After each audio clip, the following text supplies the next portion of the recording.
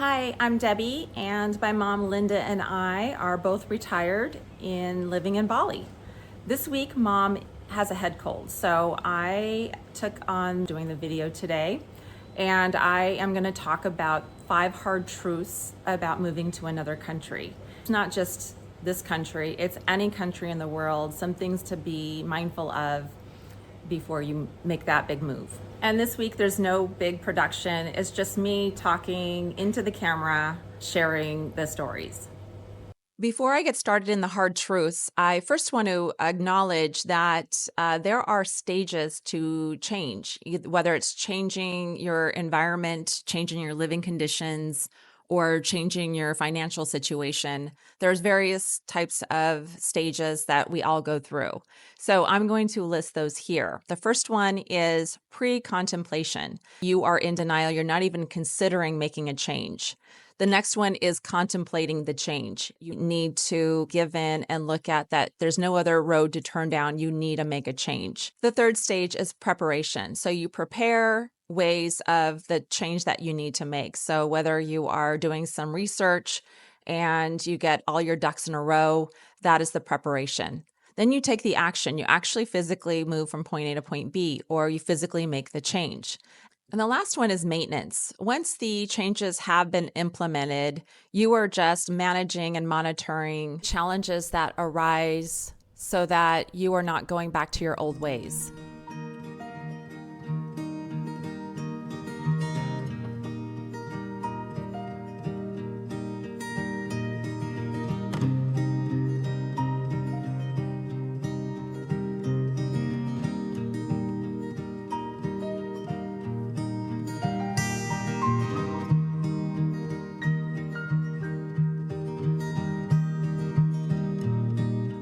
Did I know about these stages? Absolutely not. So the reason why I'm sharing them with you is that these are something that I wish I knew. So consider what stage you are in right now while you're watching this video. It's very important that you determine, are you in the pre-contemplation or are you ready to take the action? So just keep in mind, those are the stages. Next, I want to talk about the 5 hard truths. So hard truth number 1, and this I think is the biggest hard truth. When I first moved to Bali, I moved by myself. I did not have any family members. I had one friend here, and I just felt alone and isolated, and I got depressed. The first, we'll call it 6 months, I was kind of freaking out. Not that I made the move, but like, I'm by myself, I'm alone, and kind of started to feel sorry for myself. And so I would call home 2 or 3 times a day just to talk to somebody to bring back connection in my life. I had a big social life and I just kind of cut it off at the knees by moving. Also, before I left, I have to say, I mean, there was a lot of people wanting to connect with me before I left. So I had a lot of attention. And after I made the move, the attention was gone. So that was a big realization. But it didn't happen to mom. Like, she didn't feel isolated because I was here, or I am here. And we interact constantly all day long. So, and if she ever feels lonely, she'll get her shoes on and she'll go and get into her community. Also, she has a lot of friends that she connects with on the phone as well. So now I don't feel isolated anymore because mom is here, but also I've developed a community now. So it's changed, but it's taken some time to develop. So just keep that in mind. Hard truth number 2, you get bored pretty easily. So you have to go and create, I guess, just period.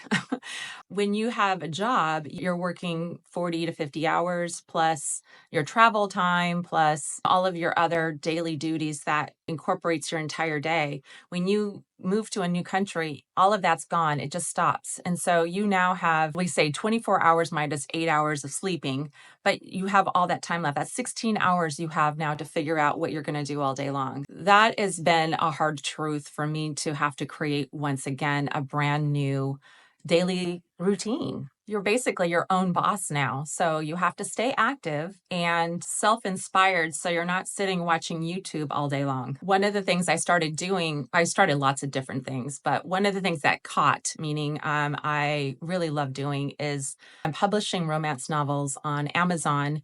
And I have a pen name, Fiona Whitman. I have a partner that I work with, and together we create stories and use our imagination and thought process and logic and engage and expand our minds. Hard truth number three, it takes time to accept other cultures in other countries. You or I may be Western, maybe from the East part of the world, but either way, when you go to another country, there's another culture. And bringing your own ways of doing things in your own country to another country doesn't always work well. In fact, you end up resisting where you're at. So be mindful of this country should do this way, or I wish they had this, or they don't have this, and how come they don't have that? So get that conversation out of your head, because the hard truth is they're never going to have it. They're never going to do it. They're never going to do it your way or the way you're used to. The opportunity for those who move to another country is to stop the judgments and look at accepting the way other people do things in their own country. There were two major things in Bali that I had to learn. One of them was Bali time. And that means that just in case something were to break and I were to call my maintenance man to come and fix it, expect them to take all day to get there. They have a busy schedule, and they can come when they come. So it may take all day for them to get there. I remember the days when I was living in the United States and I would ask my, internet carrier like Verizon to come and fix something, and they would give me a 4-hour window. And I was frustrated then. Well, this is not a 4-hour window. This is an 8-hour window. You are at the mercy of when they are available. Another culture shock is that let's say you're on the road and your driver stops and there's lots of traffic and you're like, what's going on?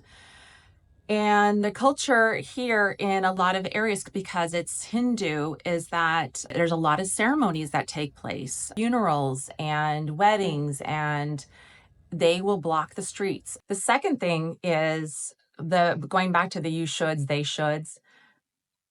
One of the biggest things I've learned here is to mind your own business. Let's say that I am walking on the street, not walking on the street, I'm walking on the sidewalk, and there is a car parked in front of me and blocking the sidewalk, and I've got to walk around into the street to walk around the car.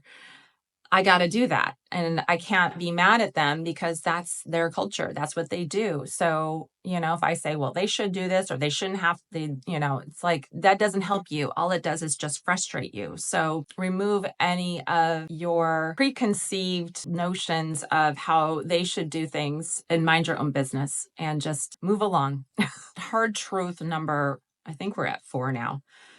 You actually have to start over with how to get things done. Where do I buy a toaster? Or how do I find a maintenance person? How do I find gardening tools? For example, my mom decided to install grass, and, I was going to go and buy the grass myself and just install it. So when I was Googling grass, you don't Google grass because what comes up is, well, synthetic grass comes up. So that's nice. But things that come up is some wedding event or lemongrass.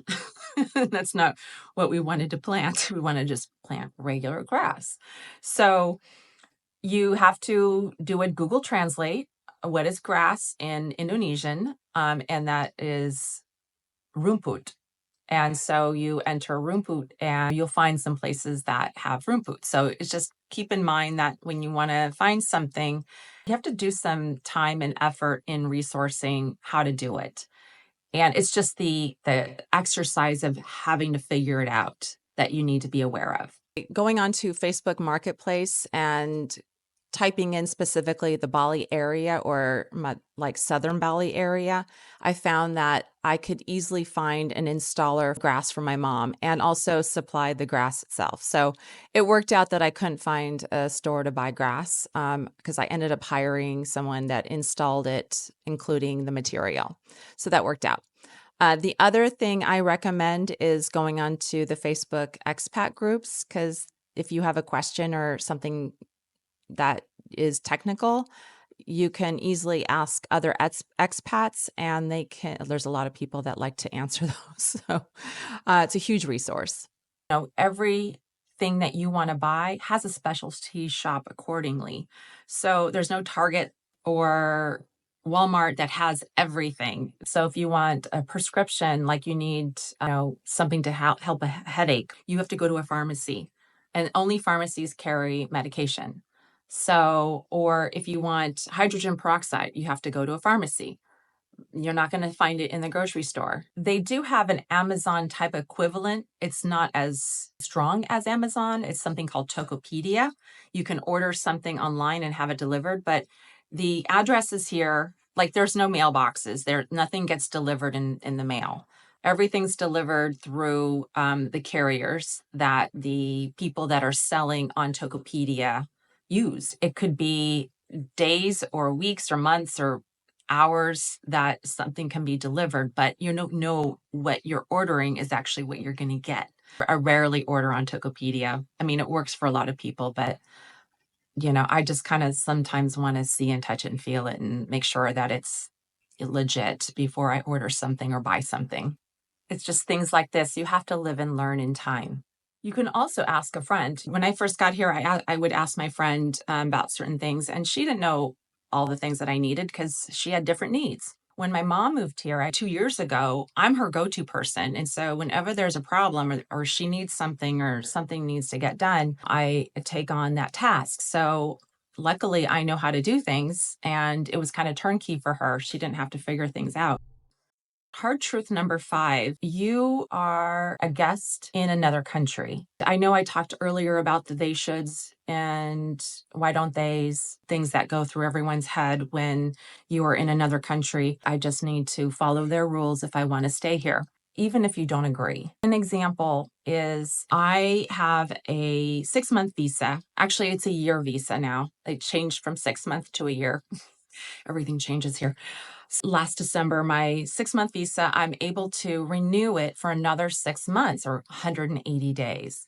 The problem is they still require me to leave the country. I was like, why? I mean, I've been here 6 years. It doesn't matter because that's their rules. I remind myself I'm a guest, even though I call myself a resident here, I'm still a guest.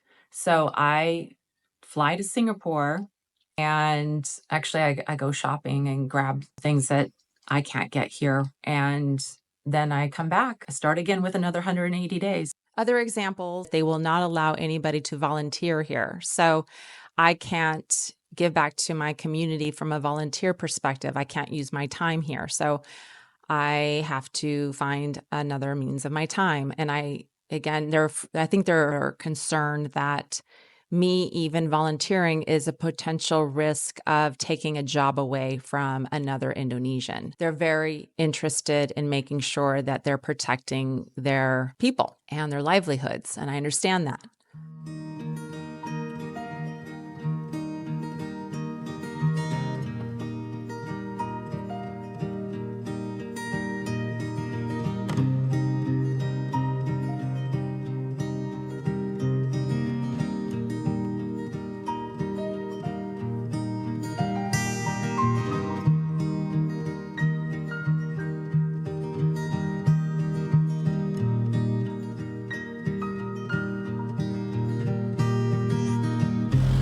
Let's go over here.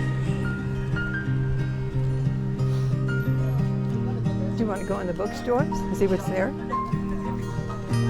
I've never been in there, but I'm not taking. Good.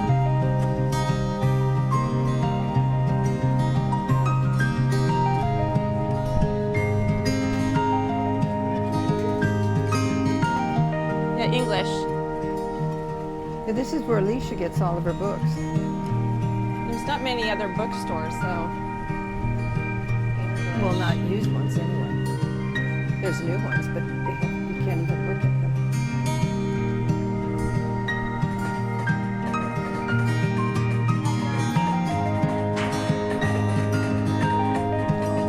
them. Thanks for watching, and we'll see you next week.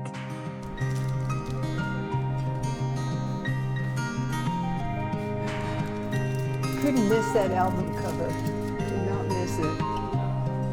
Oh, look at Toto.